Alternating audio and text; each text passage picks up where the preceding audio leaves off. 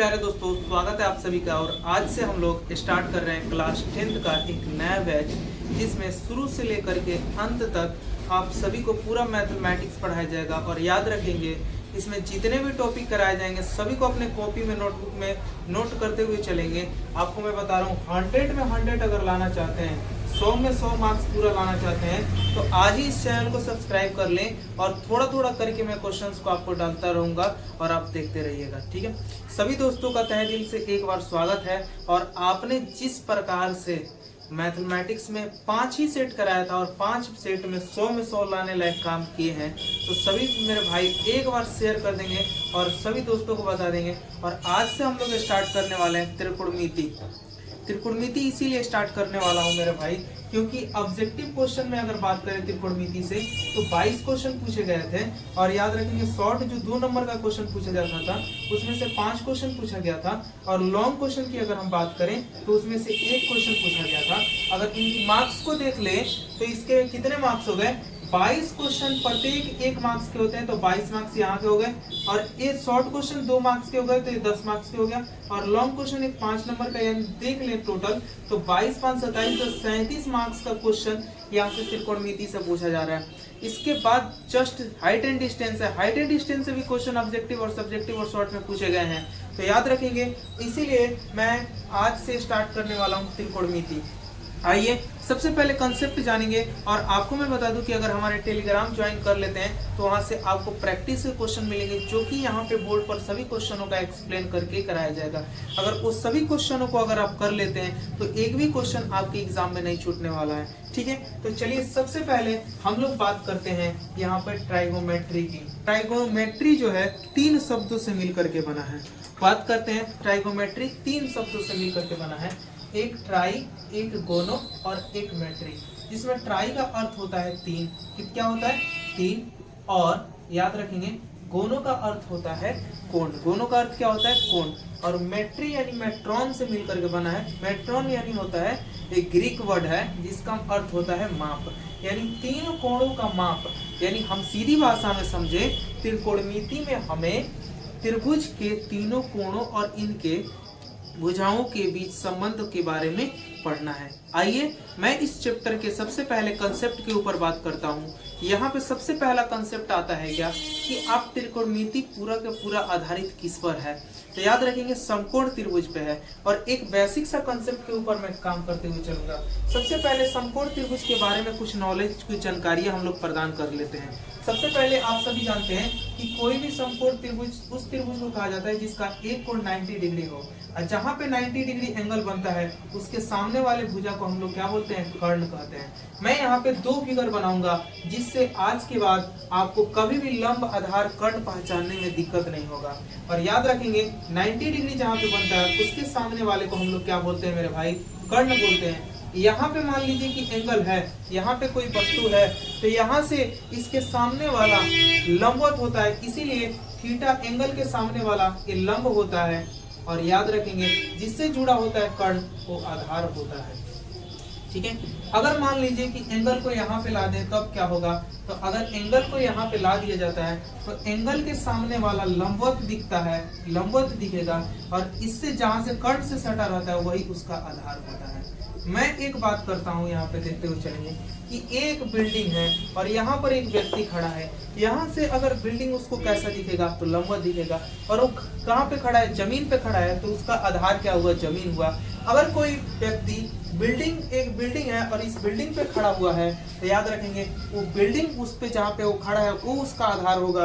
और इसके सामने जो जमीन यहाँ पे नीचे देखेगा तो उसको लंबवत दिखाई देगा, इसीलिए इसका आधार ये होता है। और याद रखेंगे 90 के सामने वाला कर्ण होता है। और पाइथागोरस थ्योरम इसी समकोण त्रिभुज में काम करता है। पाइथागोरस पर में क्या होता है कि किसी भी समकोण त्रिभुज का कर्ण का वर्ग अन्य 2 भुजाएं कौन कौन सी हैं? तो याद रखेंगे, लंब और आधार के वर्गों के योग के बराबर होता है। लंब और आधार के वर्गों के योग के बराबर होता है। बस यही त्रिकोणमितीय त्रिकोणमिति का सबसे मूल जड़ है। और कोई भी विद्यार्थी यहाँ पे सबसे पहले आधार, लंब और कर्ण समझने में याद रखेंगे, उसको बहुत कठिनाइयों का सामना करना पड़ता है। लेकिन अगर आप समझने का प्रयास करें, अगर एंगल यहाँ पे है तो आधार ए होगा, इसके सामने वाला लंब होता है, एंगल यहाँ पे तो इसके सामने वाला लंब होगा और ये आधार होगा। उम्मीद करते हैं आपको ये बात समझ में आई होगी। चलिए अब हम लोग बात करते हैं कि अगर लंब निकालना होगा तो क्या करेंगे। तो याद रखेंगे, अगर कर्ण निकालना होगा तो यहाँ से स्क्वायर हटाएंगे, इधर रूट चढ़ जाएगा, ठीक है। अगर हम बात करें लंब निकालना होता है तो लंब निकालने के लिए याद रखेंगे अंडर रूट कर्ण के वर्ग में से आधार का स्क्वायर घटा देते हैं, यानी कर्ण का वर्ग, अगर मान लीजिए कर्ण के वर्ग में से क्या करेंगे, अंडर रूट आधार का स्क्वायर घटा देंगे, ठीक है। और वहीं पे आधार अगर निकालना होता है तो याद रखेंगे मेरे भाई, अंडर रूट कर देते हैं कर्ण के वर्ग में से लंब का स्क्वायर घटा देते हैं। बस ये बेसिक फार्मूले को याद रखेंगे, ये तीनों चीज आपके लिए बहुत ही इंपॉर्टेंट है और इसी को बोलते हैं पाइथागोरस प्रमेय। चलिए सबसे पहले हम लोग बात करते हैं अब इसके आगे क्या होता है। तो याद रखेंगे त्रिकोणमितीय अनुपात होता है। इसी समकोण त्रिभुज के ऊपर त्रिकोणमितीय अनुपात किस तरह काम करता है, आइए समझने का प्रयास एक बार करते हैं, ठीक है। चलिए सबसे पहले हम लोग एक ट्रायंगल बना देते हैं और एक ऐसा ट्रायंगल बनाएंगे तो राइट एंगल ट्रायंगल बनाएंगे, जिसमें ये इसका नामकरण भी कर देते हैं। सभी दोस्तों को पता होगा कि इनके बड़े लेटर से इनके कोणों को दर्शाया जाता है और इनकी भुजाओं को याद रखेंगे छोटे लेटर से दर्शाया जाता है, ठीक है। इसके सामने मैं मान लेता हूँ यहाँ पे अगर कोई वस्तु थीटा है, एंगल है, ठीक है, एंगल यहाँ पे थीटा है तो ये इसका आधार होगा और इसके सामने वाला इसका लंबवत होगा। अगर बात करें त्रिकोणमिति में तो याद रखेंगे सबसे पहले हम लोग को जानना होता है त्रिकोणमितीय अनुपात के बारे में। त्रिकोणमितीय अनुपात के बारे में जानना होता है।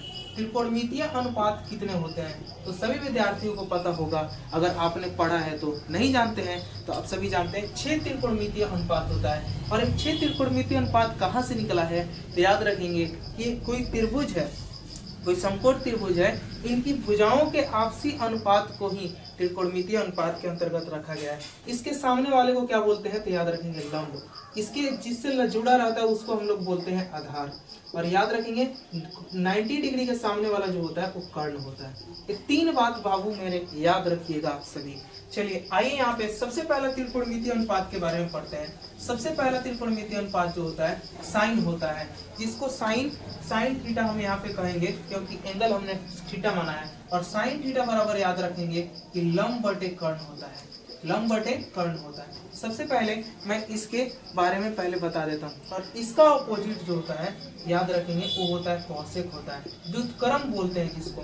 तो कौशिक कर्ण बटे लंब हो जाएगा, कर्ण बटे लंब हो जाएगा, कर्ण बटे लंब हो जाएगा मेरे भाई, ठीक है। इसके बाद कॉस होता है, साइन का क्या बात होता है कॉस। कॉस को क्या लिखते हैं तो याद रखेंगे आधार बटे कर्ण। आपको बस मैं तरीका बताऊंगा आपको याद करने का, याद रखेंगे आधार बटे कर्ण, आधार बटे कर्ण होता है। और कौशिक कॉस का व्युत्क्रम जो होता है वो सेक होता है। अभी लिखते चलिए अपने कॉपी में, याद रखेंगे कर्ण बटे आधार हो जाएगा, कर्ण बटे आधार हो जाएगा, ठीक है। और उसके बाद याद रखना है मेरे भाई कि इसके बाद जो होता है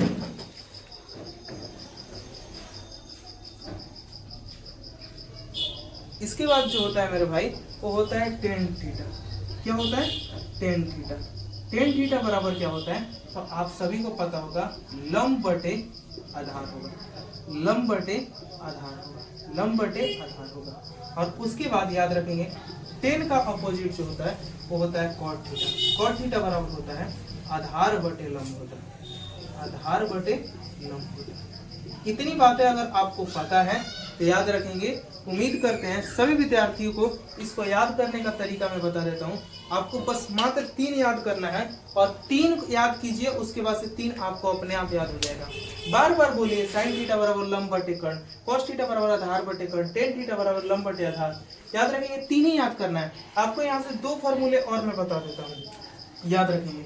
टेन थीटा का जो वैल्यू होता है 2 होता है। कौन कौन सा, एक साइन थीटा अब बटे कॉस थीटा, एक और होता है सेक थीटा अब बटे कॉसेक थीटा, कॉसेक थीटा। याद रखेंगे। एक और फॉर्मूला याद रखना है मेरे भाई कि अगर टेन का व्युत्क्रमानुपात क्या होता है तो कॉट होता है, तो इसको भी पलट देंगे। कॉट थीटा बराबर हो जाएगा कॉस थीटा बटे कॉसेक थीटा, कॉस थीटा बटे साइन थीटा, कॉस थीटा बटे साइन थीटा, और बराबर क्या होगा तो याद रखेंगे कोसेक थीटा, कोसेक थीटा बटे सेक थीटा हो जाएगा। ये दो फॉर्मूले मेरे भाई याद रख लेने हैं, ठीक है। कहाँ से आएगा ये निकालना मैं बता देता हूँ। अगर मान लीजिए टेन थीटा बराबर साइन बटे कॉस होता है, तो साइन क्या होता है लंब बटे कर्ण, और कॉस क्या होता है आधार बटे कर्ण। कर्ण से कर्ण अगर यहाँ पे ब्रैकेट बटा दे देते हैं तो कट जाएगा, क्या बचेगा लंब बटे आधार। तो देखिए टेन बराबर क्या है लंब बटे आधार। आपको मात्र ये दो वैल्यू याद करना है, साइन थीटा बराबर लंब बटे कर्ण, कॉस थीटा बराबर आधार बटे कर्ण। टेन थीटा क्या होगा, इसको अगर हम भाग देंगे तो कर्ण से कर्ण हट जाएगा, लंब बटे आधार हो जाएगा। फिर आपको साइन का व्युत्क्रम बात क्या होता है तो कॉसेक होता है, कॉस का क्या होता है सेक होता है, टेन का क्या होता है तो कॉट होता है। बस इससे रिलेट करके इसको तो याद करना आपका एक फर्ज है। चलिए अब हमने जो पीडीएफ टेलीग्राम पे डाला है, व्हाट्सएप चैनल पे डाला है, उस सारे क्वेश्चनों को अब करते हुए चलते हैं किस प्रकार से इस तरह के क्वेश्चनों को बनाते हैं। आइए सबसे पहले हम लोग क्वेश्चन नंबर फर्स्ट की तरफ चलते हैं। और क्वेश्चन नंबर फर्स्ट क्या है मेरे भाई, सबसे पहले इसको याद कर लेंगे। चलिए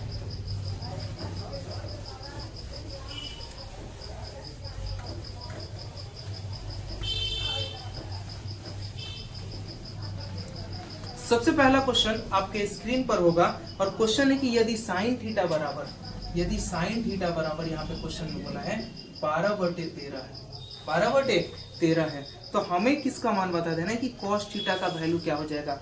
चार ऑप्शन दिए गए हैं। सबसे पहले आप सभी को पता है कि इसको हम लोग क्या बोलते हैं लंब बोलते हैं, ठीक है। इसको क्या बोलते हैं तो याद रखेंगे साइन थीटा बराबर होता है लंब बटे कर्ण। तो लंब का मान 12 है, कर्ण का मान 13 है, तो क्या नहीं दिया है तो आधार। तो आधार निकालने के लिए हम लोग लगाएंगे पाइथागोरस प्रमेय, पाइथागोरस प्रमेय। तो यहाँ पे लिखेंगे पाइथागोरस प्रमेय से, पाइथागोरस प्रमेय से। पाइथागोरस जैसे ही प्रमेय लगाते हैं तो याद रखेंगे हमारा आधार निकल के आएगा। और आधार इसीलिए चाहिए क्योंकि हमें कॉस का वैल्यू बताना है। कॉस बराबर क्या होता है तो आधार बटे कर्ण, तो आधार बराबर हो जाएगा अंडर रूट कर्ण का वर्ग। कर्ण कितना है तो 13 का स्क्वायर में से घटा देंगे 12 का स्क्वायर। तो 13 का स्क्वायर मेरे भाई कम से कम आपको अपनी स्पीड और मैथ अच्छी करनी है तो कम से कम 25 तक स्क्वायर और 20 तक क्यूब याद होने चाहिए। अगर आपने नहीं किया है तो मेरे ही डिस्क्रिप्शन में याद रखेंगे, इसी चैनल के होम पेज पे जाएंगे तो वहाँ पे ये स्क्वायर याद करने का तरीका सारा बताया गया है एसपीसी बाई सोनू पे, ठीक है। 13 का स्क्वायर होता है 169, 12 का स्क्वायर होता है 144, घटा देंगे तो यहाँ पे आ जाएगा 25 आ जाएगा। अब 25 का जब वर्गमूल निकालेंगे तो 5, तो आधार का जो मान आ गया वो हो गया 5 मेरे भाई। कितना आ गया तो 5, आधार का मान आ गया 5। तो यहाँ से हम लोग निकालना क्या है तो कॉस थीटा का वैल्यू बताना है। तो कॉस थीटा का मान क्या होता है तो याद रखेंगे आधार बटे कर्ण, आधार बटे मेरे भाई कर्ण हो जाएगा, आधार बटे कर्ण। तो आधार का मान क्वेश्चन में हम लाए 5 और कर्ण का ऑलरेडी मान कितना दिया है 13 दिया है, तो 5/13 इस क्वेश्चन का सही आंसर होगा। उम्मीद करते हैं आप सभी को ये समझ में आया होगा, ठीक है। चलिए नेक्स्ट क्वेश्चन की तरफ बढ़ते हैं। नेक्स्ट क्वेश्चन बताएंगे कोसेक थीटा का वैल्यू दिया है और हमसे टेन थीटा का मान पूछा है। चलिए उम्मीद करते हैं इस कंसेप्ट को आप लोग करेंगे और इसके रिलेटेड जितने भी कंसेप्ट जो आपने किया इसी तरीके से सारे क्वेश्चनों को आप लोग बना करके दिखाएंगे। चलिए मैं उम्मीद करता हूं कि ये वीडियो आपको कंसेप्ट वाला अच्छा लगा होगा और आपको मैं बता रहा हूं कि त्रिकोणमितीय अनुपात इसके तरह कई तरह से निकाल, इसी तरीके से त्रिकोणमितीय अनुपात आप सभी निकाल देंगे, ठीक है। पहले आप एक्सरसाइज के क्वेश्चन कीजिए, उसके बाद इसके बाद में एक वीडियो अपलोड कर दूंगा।